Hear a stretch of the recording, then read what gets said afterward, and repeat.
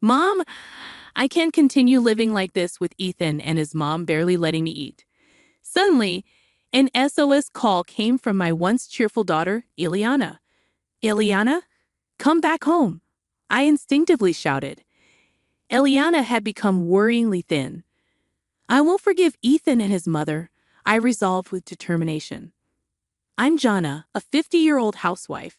My husband, James, is 52 and works for a company. Our daughter is turning 26, and after graduating from college, she landed a job at a major corporation, starting to live alone. James and I were enjoying our life as a couple after Ileana moved out. Although Ileana was successful in her job, she was shy around men and hesitant in relationships. So when she got a boyfriend, James and I were overjoyed. James kept urging Ileana to bring him over, saying, "What's he like? Bring him home sometime." I cautioned James, "Honey, don't push her. She'll introduce him when she's ready. Let's wait patiently." Ileana just smiled. Soon, Ileana said she'd bring Ethan over. I complained to Ethan. She playfully told James, "Dad, you kept insisting." So I complained to Ethan. He agreed to come over to meet you. But don't say anything weird to Ethan, okay? James was visibly delighted when Ethan came to greet us. James and I were nervous. However, Ethan's friendly conversation soon eased our tension. Ethan introduced himself to James and me. "Hello, I'm Ethan Smith, and I'm seriously dating Ileana with the intention of marrying her." Ileana blushed and said, "Marrying me? You're embarrassing me. You said it was just a casual greeting." James happily told Ileana, "No, it's great that he's thinking about the future. Ethan, I entrust Ileana to you." Their relationship progressed smoothly with our blessing, and Ethan proposed formally 5 months later. Seeing a blushing but happy Ileana made both James and me very happy. I heard Ethan worked for a major bank systems company. James and I discussed how their future seemed secure as wedding preparations began. Ileana frequently sought advice, and one day she asked me, "Hey Mom, how much is the market price for a wedding ring?" Ethan is planning to buy one for about $10,000. Surprised, I replied, "For wedding rings, maybe about $2,500 each for the couple. I've heard engagement rings are around $3,500. Eliana seemed a bit uneasy. "Right, I thought so too," she said. After asking around and reading magazines, I felt Ethan's sense of money was odd.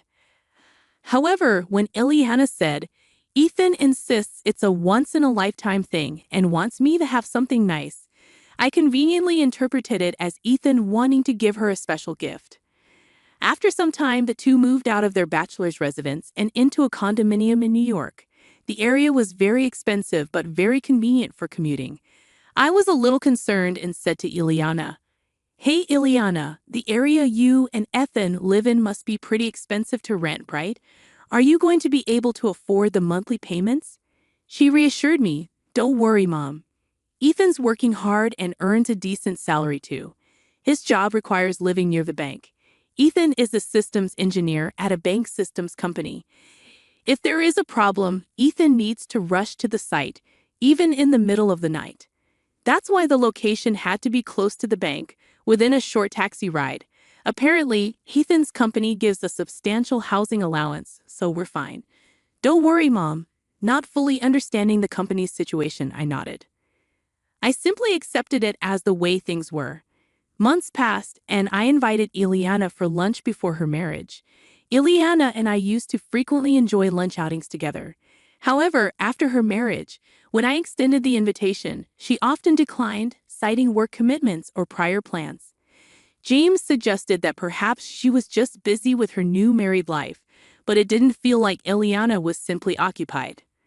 Over the phone, Ileana agreed to join me for lunch the following Saturday, mentioning that Ethan would be on a business trip. "Sure, Mom, I can make it. I'll find a place for us," she said. I was thrilled at the prospect of having lunch with my daughter after half a year. When I finally saw Ileana, she appeared somewhat pale. Concerned, I asked her what was wrong and suggested she take it easy if she wasn't feeling well.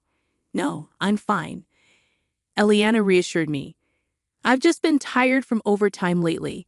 Plus, lunch with you might be just what I need to unwind.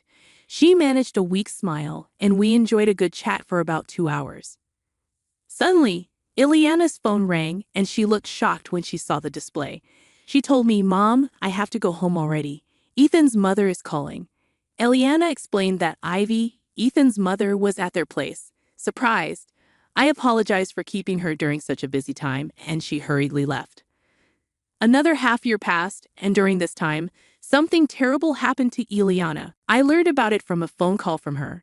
It was a sad day, and James and I were enjoying our day off. While I was making tea, my phone rang, displaying Ileana's name. I quickly answered, but Ileana seemed hesitant. "Mom, it's me," she began. Hi. I. She struggled to continue. Sensing her distress, I asked, "What's the matter?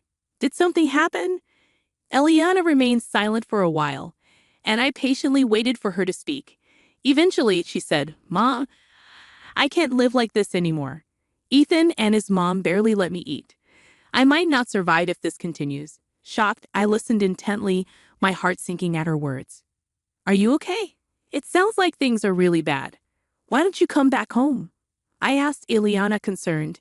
She seemed undecided. I firmly told her, "If you're feeling unwell, you can just sit around. Ellie, come back home. We'll talk it over when you get here." Ileana responded, "Really? Can I come back? But I don't have any money. I can't leave." I thought this was strange. Ileana was earning a decent salary, but there was no time for a long discussion. Her situation sounded serious. First, I need to meet with Ileana to see how she is doing, I told myself. Take only your valuables with you and leave the house. There's a convenience store near your apartment, right? I will drive there and pick you up. Wait for me there, I instructed Ileana, who agreed, sobbing. James and I hurried to the convenience store. When we arrived, Ileana was crouched in the parking lot. Mom, I'm sorry.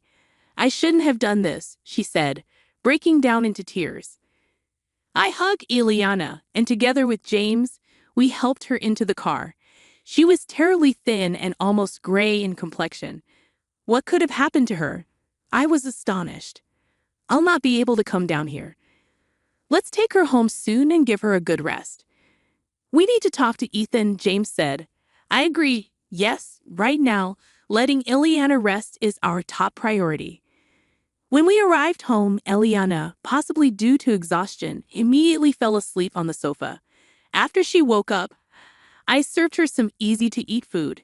She ate voraciously in front of us. She must have been very hungry.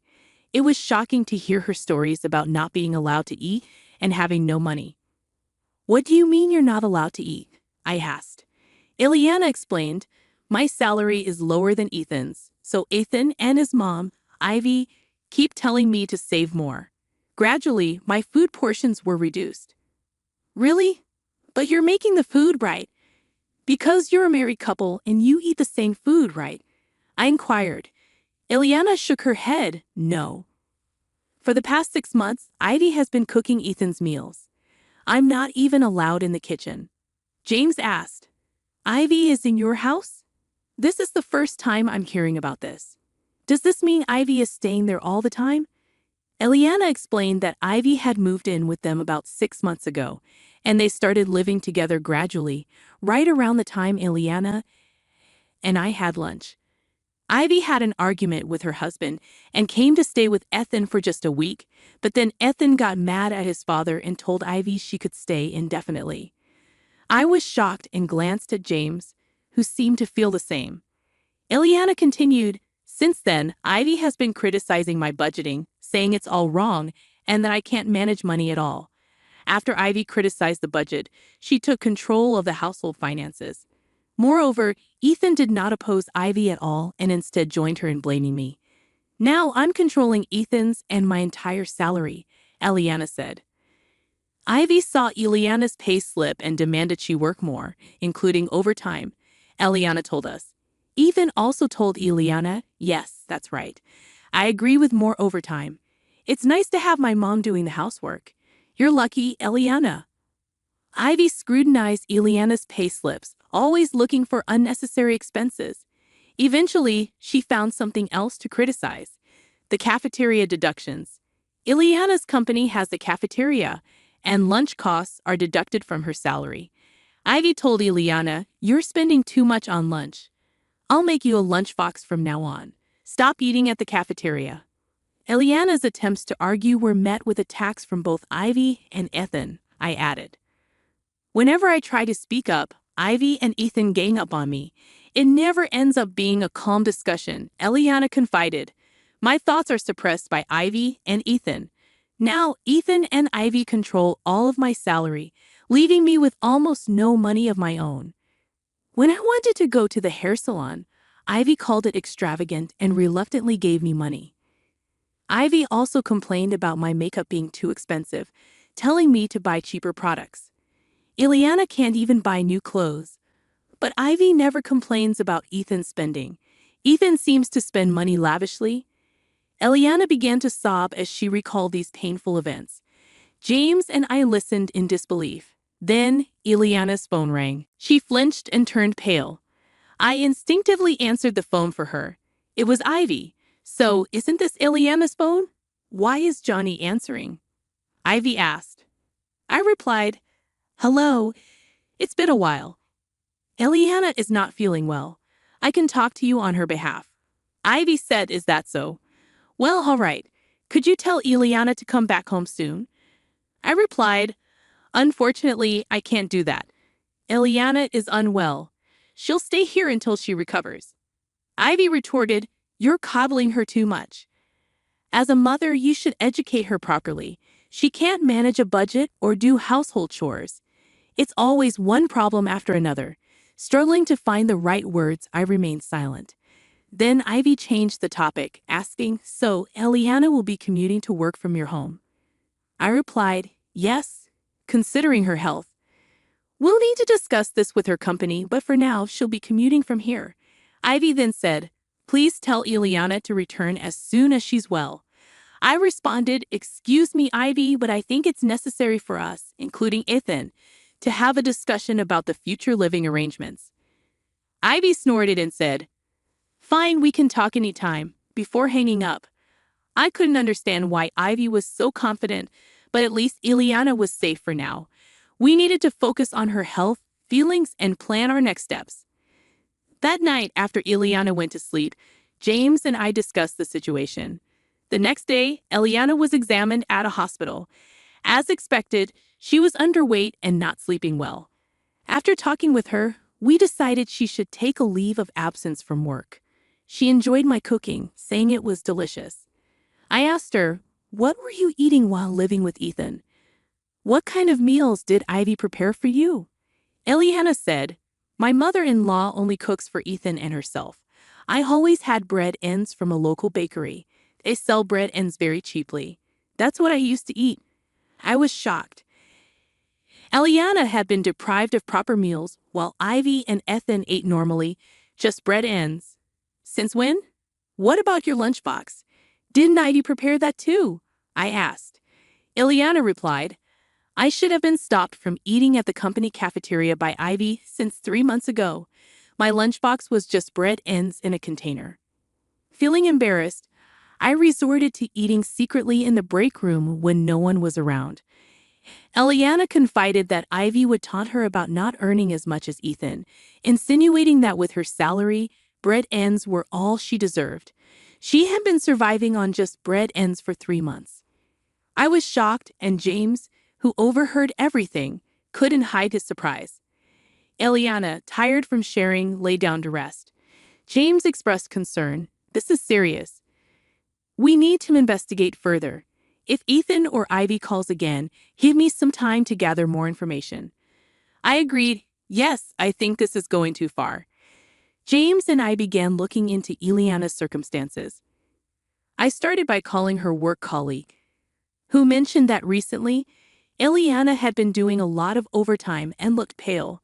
She often declined after-work drinks, citing her husband and meal as reasons.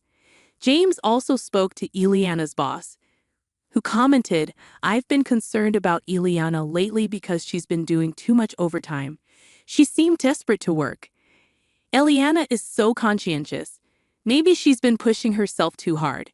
I hope she recovers soon and comes back to us. Thanks to her boss's initiative, Eliana was granted sickness allowance by her company. It was 2/3 of her salary, and we were grateful to receive it. We decided to have the sickness allowance paid into a different account from her usual salary account. 2 weeks after Eliana returned home, Ethan called. He insisted that Eliana should be well by now. When I looked at James, he answered the phone. James humbly requested Ethan, "Eliana is not fully recovered yet. Please let her rest for another week." Ethan told James over the phone, "I guess there's no choice. Just one more week, okay?" And then hung up. I protested to James, "But she needs at least 3 more weeks to recover, and we don't know what they'll do to her if she goes back." James reassured me, "Don't worry. We won't stick to the 1-week timeline. They've treated her terribly, and we have a plan." He then asked Eliana, "What do you want to do? If you want to try again with Ethan, we won't stop you. But if you want to leave him, we'll support you." Eliana suddenly became resolute, saying, "I've been thinking. Am I really as useless as Ivy and Ethan say? This isn't right. They're just taking my money. I don't want this anymore. I want a divorce," Eliana declared. James encouraged her, saying, "That's right. You've chosen your path. We'll always be on your side." James shared the information he had gathered with us as we prepared for the possibility of Ethan coming over, ready to handle the situation. 1 week passed and we didn't contact Ethan. 9 days later, Ethan and Ivy came to visit. When the doorbell rang, I checked the intercom and informed Eliana and James. James suggested, "Let's talk to them directly and settle this." Eliana nodded in agreement. Opening the door, we found Ethan and Ivy glaring at us. Calming myself, I greeted them warmly. "Hello, what brings you here so suddenly?" Ethan demanded. "Why hasn't Eliana returned home? It's been a week. You did tell her, right?" Ivy chimed in, "That's right. You can't do your chores, you can't do your laundry, and you can't even keep your promise to come home. What a mess you are. Parents and children are helpless." I invited them in, saying, "Let's not talk in the doorway. Please come inside." Reluctantly, they entered. Eliana told them firmly, "I won't return to that house, Ethan. Please, let's divorce." "I can't live with you anymore," Ethan threatened loudly. "You think you can just decide that?" But Eliana stood her ground, facing Ethan with resolve. Ivy then berated Eliana. "For 6 months, I did all the housework and supported Ethan while you neglected your duties." Eliana told Ivy, "It's not that I didn't do the chores. Whenever I did, you would criticize my methods and take over the tasks, didn't you?" Ivy retorted, "How dare you speak to me like that? After making me work so hard, you should be ashamed. I was only trying to correct your mistakes." Ethan joined in, "That's right. My mother helped because you couldn't handle the chores, allowing you to focus on work." That's when James shouted at them, "What nonsense. You took Eliana's salary and fed her only bread ends. Your actions are the worst kind of abuse." They were shocked by James' outburst. James added, "Ethan, you have been fired from your company. I checked your employment status. You don't have the power to continue paying the rent on that apartment anymore, do you?"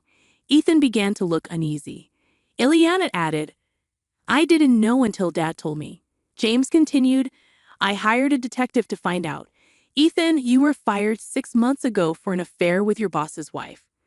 Eliana accused Ethan, "You pushed me to work because you lost your job and income." Ethan turned pale and hung his head. James then confronted Ivy, "You have a shopping addiction, and that's right. You didn't leave your home due to a fight, but because you were divorced and had nowhere to go." Ivy lost her composure and turned pale. James concluded, "Ethan is being sued for alimony, and Ivy is being chased by debt collectors. They were trying to pass their debts onto Eliana." Trembling with anger, Eliana placed a piece of paper on the desk. "Once and for all, let's divorce." I filled out half of the divorce form. "You complete it and submit it to the authorities. We'll communicate through lawyers from now on." Prostrating at Eliana's feet on the carpet, Ethan pleaded, "Please don't say we should divorce. It was just a moment of madness. I was wrong to hide it from you. You're all I have, Eliana. I'm so sorry. Please forgive me, Ethan pleaded, while Ivy, also appealing to Ileana, cried, I did all the housework and took care of everything, didn't I? I'm sorry. Please come back. I'll keep doing the chores. Ileana, looking at Ethan and Ivy coldly, said, I'm fed up. Who would want to start over with you two? You hid what you did and exploited my salary. I don't want to see your faces. Ethan and Ivy were unable to move from their spot, crying inconsolably. James sternly told them, the conversation is over. It's time for you to leave. If you don't, we have our ways to deal with it. Reluctantly, Ethan and Ivy stood up and left our home defeated. Afterward, with a lawyer's help, Eliana and Ethan officially divorced. Of course, we filed for alimony from Ethan. In addition to hiding his affair, we also added the fact that Ethan did not provide adequate meals to Eliana in the alimony claim. We had a doctor's diagnosis, which served as conclusive evidence against Ethan. Ethan had to move out of the apartment and live in a cheaper one with Ivy.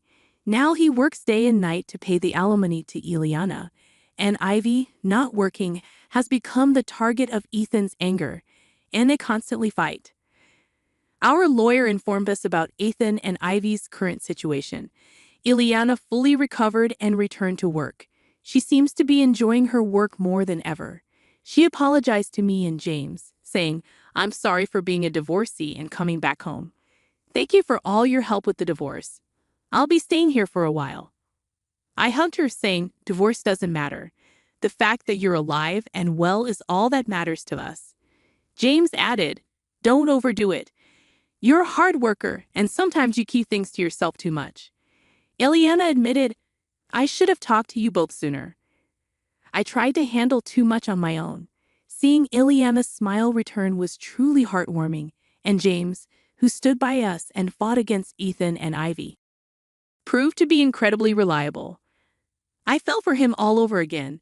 When I told him, he joked, then how about showing your gratitude with food? Make my favorite pork cutlets tonight as a family. We've overcome difficulties and will surely face more in the future. But with James and Ileana by my side, I want to support each other as a family.